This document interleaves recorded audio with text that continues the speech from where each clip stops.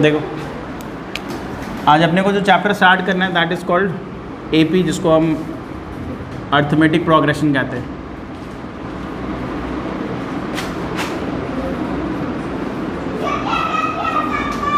देखा था वो वाला वीडियो जो एक अर्थमेटिक प्रोग्रेशन पे पूरा बना हुआ है? 20 मिनट के वीडियो में पूरा आपका अर्थमेटिक प्रोग्रेशन का समरी था। मैंने लास्ट क्लास में बोला था कि वो सारा कुछ देख के आना। नहीं देखा होगा, पता है? ठीक है, पढ़ो सारे यहीं पे। देखो अर्थमेटिक प्रोग्रेशन क्या होता है और कैसे काम करता है, ठीक है? एक बार देख लो तो ठीक है ना। तो तुम कौन सा सीरियस हो जाके उसके साथ मजाक करो 2 मिनट।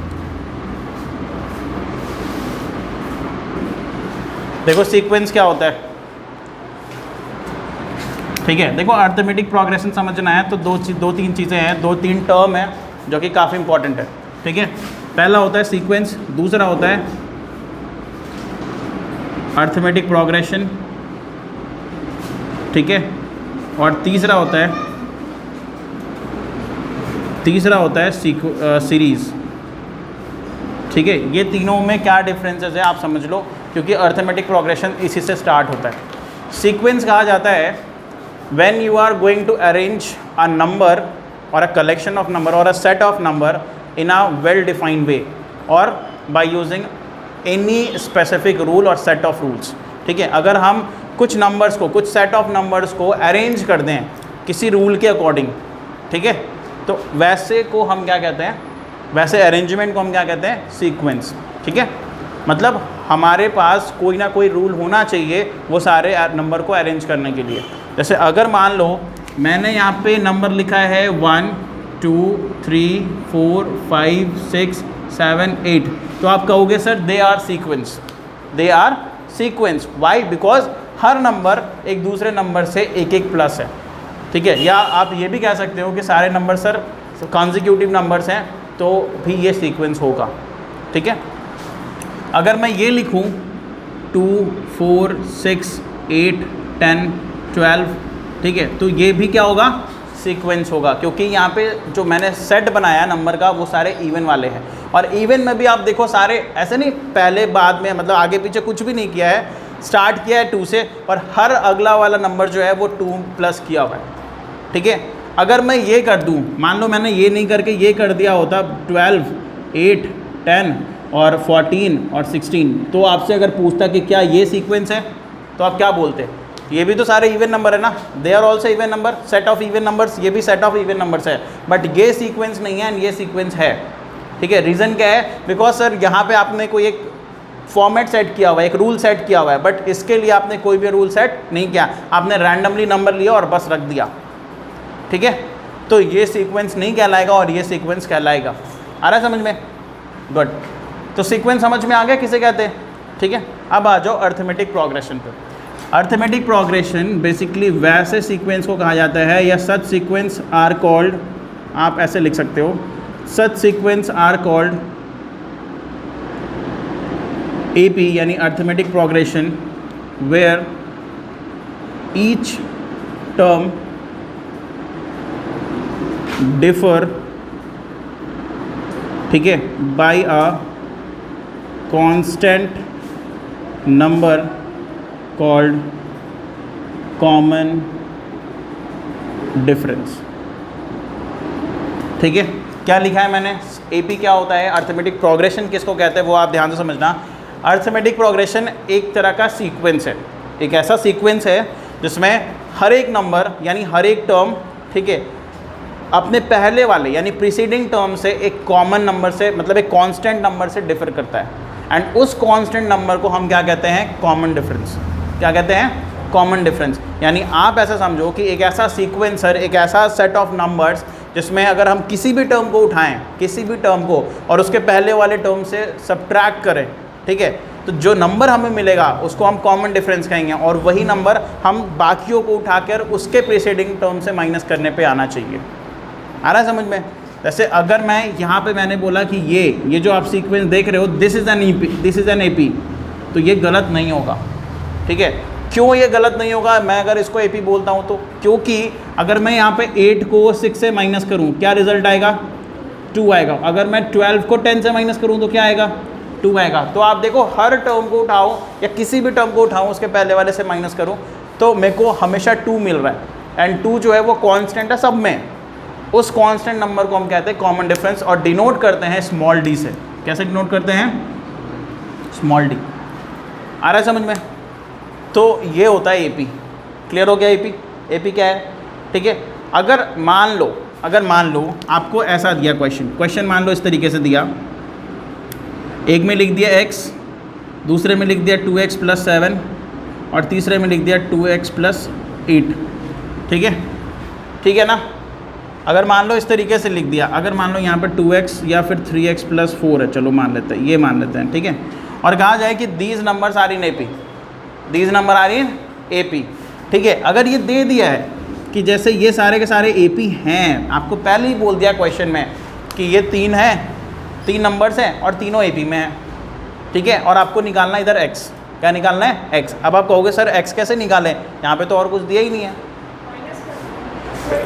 तो आप क्या करोगे? आपको अभी मैंने बताया AP अगर ये है तो इसका मतलब है इसको इससे माइनस करेंगे, यानी 2x + 7 में से माइनस करेंगे 3x + 4 और 2x + 8 में से माइनस करेंगे 2x + 7। ठीक है, इसको इसमें से माइनस कर रहे हैं तो इनके बीच का जो डिफरेंस आएगा वो सेम आएगा and that is called D।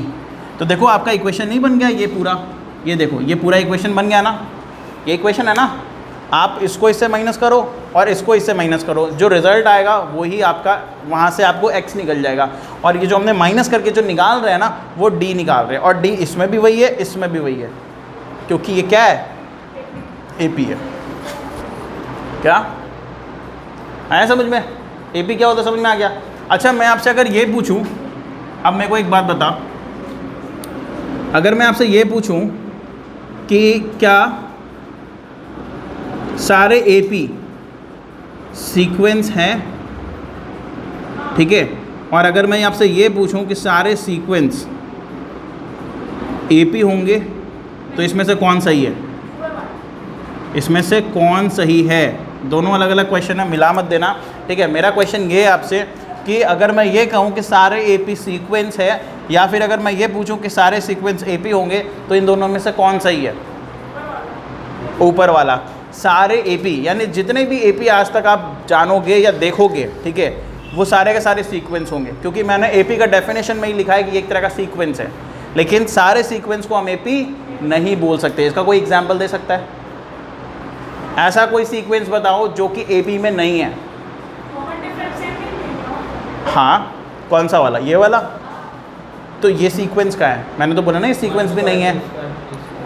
ये भी ये ना ही सीक्वेंस है, ये ना ही सीक्वेंस है और ना ही AP है, इस चीज़ को आप याद रखो, ठीक है। और कोई एग्जाम्पल? हाँ कह सकते हैं। देखो मैं आपको एक एग्जाम्पल बता रहा हूँ, वैसा एग्जाम्पल जिसमें सीक्वेंस तो होगा वो बट AP नहीं होगा, ठीक है। सीक्वेंस मतलब एक रूल के साथ फॉर्मेट सेट होगा, नंबर सारे अरेंज होंगे। जैसे अगर मैं ऐसे लिख दूँ 1 का स्क्वायर, 2 का स्क्वायर, 3 का स्क्वायर, 4 का स्क्वायर और 5 का स्क्वायर, और ये पूरा, ये जो मैंने यहाँ पे बनाया ना ये एक सीक्वेंस है, लेकिन ये AP नहीं है। आप करके देख लो। सीक्वेंस में नहीं, सीक्वेंस में तो D आता ही नहीं है, कॉमन डिफरेंस तो AP में आता है। हाँ, सीक्वेंस मतलब एक सेट, एक रूल होना चाहिए। हमें अगर पहला वाला टर्म ये माने हैं तो पहला से दूसरे जाने का एक रूल सेट होना चाहिए, और वही रूल दूसरे से तीसरे में भी सेट होना चाहिए।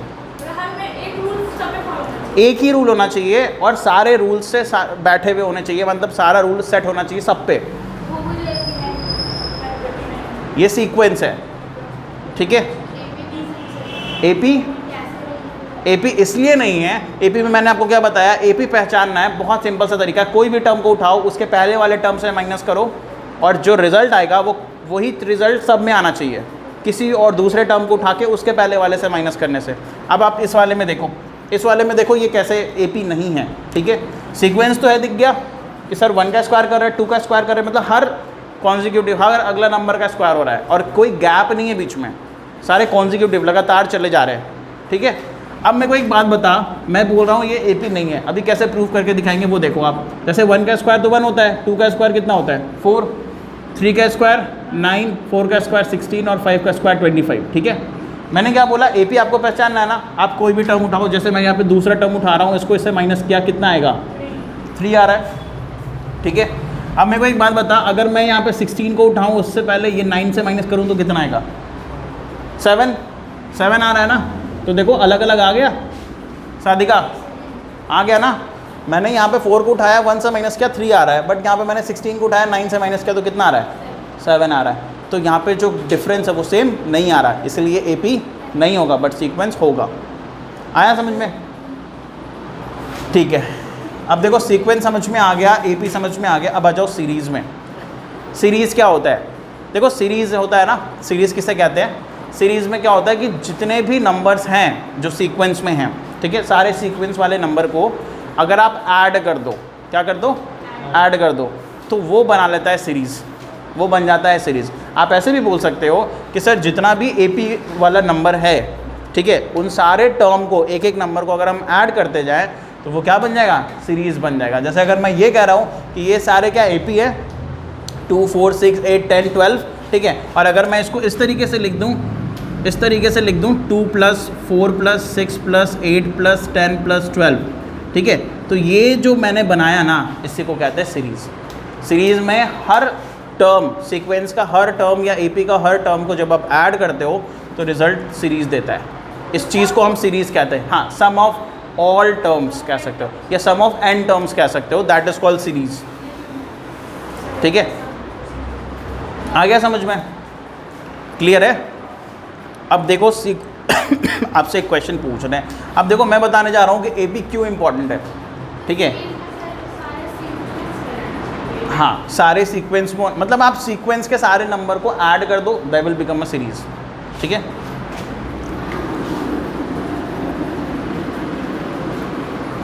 अब मेरा एक क्वेश्चन है आपसे।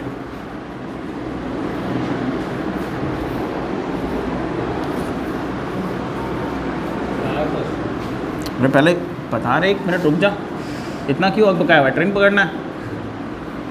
मैन एक क्वेश्चन है, क्वेश्चन ये है कि आपको एक काम करना है। काम क्या करना है? ठीक है, काम क्या करना है, ध्यान से सुनना। यहाँ पे मैं लिख रहा हूँ 2, ठीक है, फिर है 4, फिर है 6, फिर है 8, फिर 10, ठीक है, और ये आगे कहीं ना कहीं जा करके कहीं पे 10898 होगा, कहीं ना कहीं जा करके। ठीक है, और ठीक है, चलो इतना ही पूछते हैं, बाकी इसको डिफ़िकल्ट नहीं बनाते, फिर कहोगे सर स्टार्टिंग में इतना हार्ड पूछ लिए। ठीक है, चलो अब मेरे को एक चीज़ बता दो, सिर्फ एक चीज़ मेरे को जानना है। अगर हम 2 लिख रहे हैं, 4 लिख रहे हैं, 6 लिख रहे हैं, 8 लिख रहे हैं, 10 लिख रहे हैं, ये सारे के सारे क्या है? AP में है, क्योंकि आपको दिख रहा है कि सर यहाँ पे हर नंबर 2 से डिफर कर रहा है। ठीक है, तो AP में है, ये तो श्योरिटी। अच्छा, ये पहला टर्म है, मतलब ये पहली बार आया, जो नंबर पहली बार आया ना AP में, उसको फर्स्ट टर्म कहते हैं। ठीक है, ये सेकंड है, ये थर्ड है, ये फोर्थ है, ये फिफ्थ है। ठीक है, मेरे को सिर्फ ये बता, ये कौन सा वाला टर्म है? ऐसे थोड़ी होता है। अच्छा, ये लास्ट बोल रहे हो? अच्छा ठीक है, अब मेरे को बताओ 2098, अब बताओ ये कौन सा वाला टर्म है? ऐसा नहीं होता है ना, हम बता रहे जैसे ये पहला, ये दूसरा, ये तीसरा, ये चौथा, ये पांचवा है, इसका भी तो कोई होगा। हाँ, तो उसके लिए क्या कर सकते हैं? उस फॉर्मूला लगाएंगे। अगर आपके पास फॉर्मूला नहीं होता, अगर आप आज के पहले AP नहीं पढ़े होते, तो आप क्या करते?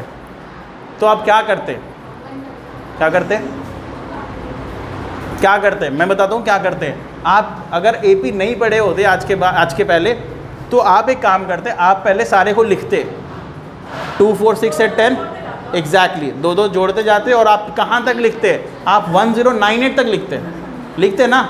वहाँ तक लिखने के बाद आप काउंटिंग स्टार्ट करते कि सर ये पहला, ये दूसरा, ये तीसरा, ऐसे करके वहाँ तक पहुँचते। इतना करने में कितना टाइम लगता? कम से कम 1 घंटा या 2 घंटा लगता। ठीक है, लेकिन सोचो जब आप AP पढ़ रहे हो, इसका मैं आपको एडवांटेज बता रहा हूँ। AP पढ़ने का एडवांटेज क्या है? ये पढ़ने के बाद आपको इसको निकालने में, ये कौन सा वाला टर्म है, इसको निकालने में ना आपको मुश्किल से मुश्किल 1 मिनट लगेगा, उससे ज़्यादा नहीं। ठीक है, जो चीज़ आपको 2 घंटे में हो रहा है, वो 1 मिनट में आप कर रहे हो। ठीक है, अब रही बात कि सर इसका ये कौन सा वाला टर्म है, ये कैसे निकालें। ठीक है, लेकिन इसके लिए आपको क्या करना है, कुछ चीज़ें जाननी ज़रूरी है, जैसे कि A, D, ठीक है, फिर आपका N, फिर आप इसको AN बोलो, Tn बोलो, ठीक है, ये क्या होता है ये आप जान लो, फिर L क्या होता है वो जान लो, ठीक है, फिर Sn क्या होता है वो जान लो। ये कुछ टर्म्स हैं जो कि AP से रिलेटेड है, AP में आपको ये सारे दिखने वाले हैं, तो इनका क्या मतलब है, इनको क्या कहते हैं, ये सब आपको बता रहे हैं। देखो सबसे पहले होता है ए को कहा जाता है फर्स्ट टर्म, ए को क्या बोलते हैं, फर्स्ट टर्म, ठीक है, फर्स्ट टर्म, ठीक है। एक्चुअली क्या है ना, ए को भी फर्स्ट टर्म बोलते हैं और T1 को भी फर्स्ट टर्म बोलते हैं, ये आपको पता होना चाहिए। टर्म 1, T1 मतलब टर्म 1 और ए बोले तो फर्स्ट टर्म, ये दोनों सेम है। यहाँ पे फर्स्ट टर्म कौन है, ठीक है, D stand for common difference,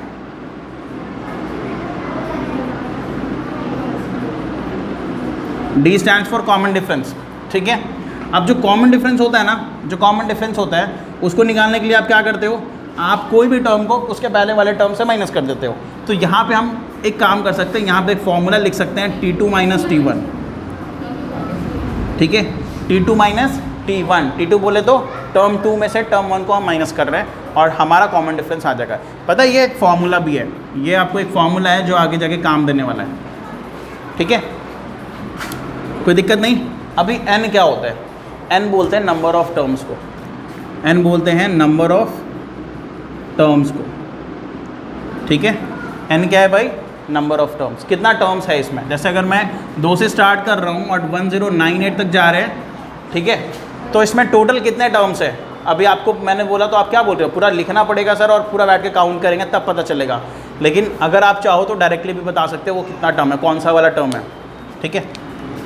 अच्छा एक चीज़ और है, देखो अगर मैं ये अज्यूम कर लूँ कि जैसे ये पहला है, ये दूसरा, ये चौथा, ये पाँचवा है, ऐसे करके अज्यूम कर लूँ कि ये जो है ना ये 108 टर्म है, चलो मान लेते हैं, ठीक है। अगर मैं ये मान लूँ कि 108 टर्म में ये नंबर आ रहा है, ठीक है। वैसे ही अगर आपसे कोई ये पूछ ले कि बताओ 10008 टर्म में कौन सा नंबर आएगा, तो आप बता पाओगे क्या, समझ रहे हो मेरा क्वेश्चन क्या है।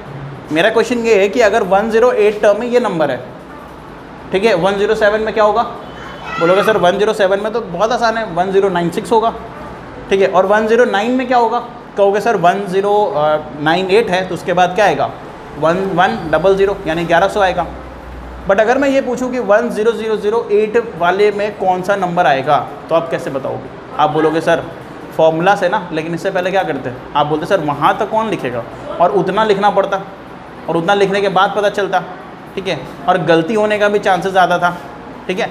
बट अगर हम यहाँ तक नहीं लिखना चाहते तो हम फिर क्या करेंगे, फॉर्मूला लगाएंगे, ठीक है, और फार्मूला लगाएंगे और तुरंत हमारा आंसर जो है वो निकल जाएगा। तो फार्मूला क्या है वो हम बता देते हैं, और वो फार्मूला कैसे निकला है वो भी जानना इंपॉर्टेंट है। जैसे an, ठीक है, इसको कहते हैं पता है क्या, nth term, nth term from, ऐसे nth टर्म ही कहते हैं, ठीक है। स्टार्टिंग एंड लास्ट तो बात की बात है। तो nth टर्म निकालने का जो फॉर्मूला होता है वो है a plus n minus 1 into D, a plus n minus 1 into D, ये an या tn निकालने का फॉर्मूला है, लेकिन कहाँ से, स्टार्टिंग से, ठीक है। जैसे मेरा क्वेश्चन क्या है वो आप समझ लो। जैसे अगर आपसे ये कहा जाए कि अगर ये पहला टर्म है स्टार्टिंग से, दूसरा है, तीसरा है, चौथा है, पाँचवा है, तो मेरे को बताओ ये 99th टर्म कौन सा होगा शुरुआत से, ठीक है। वैसे ही अगर हम लास्ट से चले, पीछे से चले, तो मान लो पीछे से ले, लास्ट से ये पहला टर्म है, लास्ट से ये पहला टर्म है, अभी लास्ट से 99 टर्म कौन सा होगा, दोनों अलग अलग होगा ना, स्टार्टिंग से 99 अलग होगा, लास्ट से 99 अलग होगा, ठीक है। तो लास्ट से कभी निकालना हो तो क्या करेंगे, अगर स्टार्टिंग से निकालना तो ये फॉर्मूला लगाना, ठीक है, और अगर लास्ट से निकालना है तो उसके लिए फॉर्मूला है nth term from last, from last, ठीक है। उसके लिए फॉर्मूला है l minus n minus 1 into D, ठीक है। और l बोले तो यहाँ पे होता है लास्ट टर्म, l को क्या बोलते हैं, लास्ट टर्म बोलते हैं, ठीक है, आ रहा समझ में। और अभी अभी मैंने आपको एक सीरीज़ के बारे में बताया कि सीरीज़ क्या होता है। अब मान लो कि आपको ये सारे नंबर को ना ऐड करने बोल दे, क्या करने बोल दे, ऐड करने बोलते हैं। मतलब आपको ये बोलते हैं 2 + 4 + 6 + 8 + 10 ऐसे करते करते करते आप 1908 तक ऐड करो और फिर बताओ, तब तो भाई कैलकुलेटर भी काम नहीं करेगा ना। कैलकुलेटर में क्या होगा, 8 डिजिट तक ही देगा या एक नंबर पर पर्टिकुलर नंबर तक ही कैलकुलेट करेगा, बट आप सब ऐड करोगे तो फिर पॉसिबल नहीं है, उतना टाइम भी लगना है। लेकिन अगर आप ये फॉर्मूला यूज़ कर लो तो 1 मिनट में आंसर आ जाएगा। फॉर्मूला क्या है, फॉर्मूला है n/2 2a + n - 1 × d।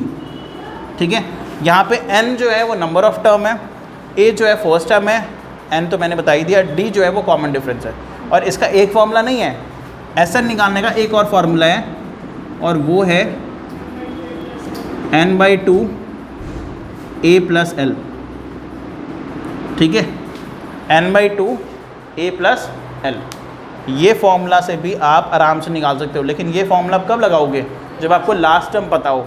जैसे इस वाले केस में हमें लास्ट टर्म पता है तो हम यहाँ पे ये फॉर्मूला लगाने वाले हैं। ठीक है, तो मेरे को जल्दी से बता दो। अच्छा, यहाँ पे आप एक चीज़ बताओ, देखो अगर आपको कोई बोल देना कि ये क्वेश्चन है, ये भी मैं, ये फॉर्मूला है, आप सारे को जोड़ के बताओ कि कितना आएगा, तो आप कैसे बताओगे? आप कहोगे सर ठीक है, अगर हम फॉर्मूले में वैल्यू पुट करें, L पता है, A पता है, N पता है क्या? N नहीं पता, तो N निकालेंगे। N कैसे आएगा? N आएगा इस वाले फॉर्मूले से। अब देखो इस वाले फॉर्मूले में आपको क्या पता है और क्या नहीं पता है। इस वाले फॉर्मूले में आपको A पता है, D पता है, N नहीं पता, वो निकालना है। अच्छा, इक्वल टू में क्या लिखा हुआ है? nth term. तो nth टर्म जो होता है ना, वो इसी को कहते हैं, जो लास्ट में होगा इसको, ठीक है, 1098 जो है ना, इसको हम कहते हैं nth टर्म। लास्ट वाले टर्म को ही हम nth टर्म कहते हैं। तो आप यहाँ पे क्या पुट करने वाले हो, 1098 = a का वैल्यू यहाँ पे 2 होगा प्लस n - 1 × 2। ये वाले फॉर्मूला लगा के आप यहाँ से क्या निकालोगे, n निकाल लोगे, और जैसे ही n आ जाएगा उसको आप यहाँ पे पुट कर दो और SN निकाल लो। आ रहा है समझ में? तो जितना भी चीज़ आज मैंने बताया वो सारा आपका मतलब पहला दूसरा एक्सरसाइज बनाने के लिए काफ़ी है। एक चीज़ और है कि मैंने आपको बोला था कि ये फॉर्मूला कहाँ से आया वो आप जान लो, 1 मिनट का कहानी है। ठीक है,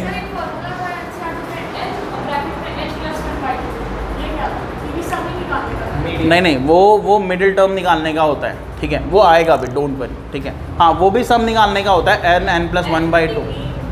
हाँ, वही समझ लो। ठीक है, अब देखो यहाँ पे एक चीज़ समझ लो, ये फॉर्मूला कहाँ से आया वो पहले देख लो आप, फिर आपके डाउट्स क्लियर करेंगे। एक बात बता, अगर हम T1 लिखें, ठीक है, तो उसका क्या मतलब है? A, मैंने बोला ना T1 को ही A बोलते हैं, फर्स्ट टर्म A हो गया। अच्छा, टर्म 2 क्या होगा? Term 2 A + D। अच्छा, टर्म 3 क्या होगा? A + 2D। ऐसा लिख सकते हैं ना, पहले वाले को A, दूसरे वाले को A + D और तीसरे वाले को A + 2D। चौथे वाले को क्या लिखेंगे? A + 3D। और पाँचवें वाले को A + 4D। अच्छा ठीक है, अब एक बात बता, अगर हम TN लिखते हैं, TN, तो रिज़ल्ट क्या आएगा? तो ओके सर, TN का आएगा A + n - 1 × D। अब यही मैं आपको बताना चाह रहा हूँ कि ये n - 1 क्यों किया मैंने, क्योंकि आप एक चीज़ देखो, आप एक पैटर्न देखो जो ऊपर से चलते आ रहा है। क्या आ रहा है? जब यहाँ पे 2 था तो D के साथ कोई भी नहीं था, लेकिन जब 3 हुआ तो 2D हुआ, मतलब 3 में एक कम। ठीक है, जब यहाँ पे 4 हुआ तो 3 हुआ, यानी 4 में एक कम सर। वैसे यहाँ पे 5 हुआ तो 4 हुआ, यानी 5 में एक कम। वैसे यहाँ पे n होगा तो D में n में एक कम, यानी n - 1 × D। तो इस तरीके से ये जो फॉर्मूला है वो बाहर निकला है। ठीक है, चलो बाकी आप नोट कर लो सारा कुछ, और फिर देखते हैं कुछ क्वेश्चंस, उसके बाद बनाओ मैं एक्सरसाइज। ठीक है सर।